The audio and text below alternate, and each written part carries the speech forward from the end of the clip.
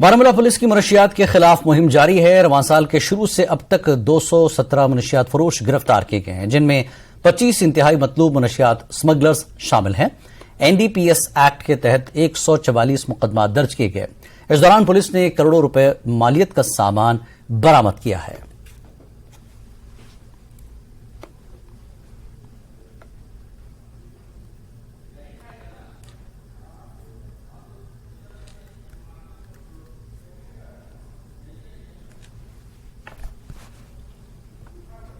Sub division गंदू के इलाके दौसा के मकीनों ने इलाकों में लकड़ी के खंभों और दरख्तों के साथ बिजली की तारें लटकने पर शदीद तशवीश का इजहार किया और कहा कि मुतल्लका पावर डेवलपमेंट डिपार्टमेंट को उनकी हिफाजत की कोई फिक्र नहीं है।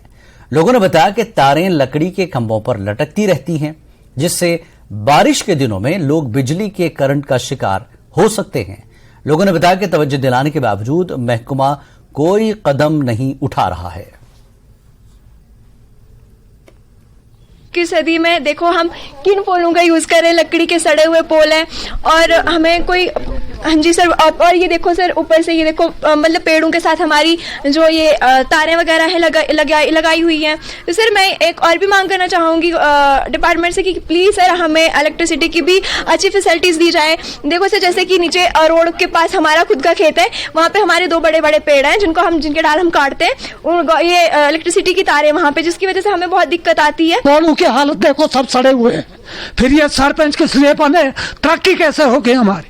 तो तार बिल्कुल गिरी हुई है, पेड़ों के साथ तार है। बहुत जल्द और जल्द इसकी मरम्मत। 21वीं सदी में भी आप देख रहे हैं अभी मतलब लकड़ी के पोल लगे हुए हैं और ये भी गले सड़े हैं। मतलब अब ये भी टिकने के काबिल नहीं। एक बार आ जाती है जड़ों से ही पुट्ठा हो जाता है पोल और उससे क्या होता है कि मतलब कभी कोई जानी माली नुकसान भी हो सकता है। अभी तक हुआ नहीं, ऊपर वाले का फजल है, हुआ नहीं।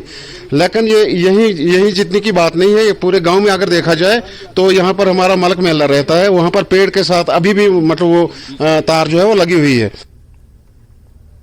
इस बुलेटिन में फिलहाल इतना ही। नमस्कार।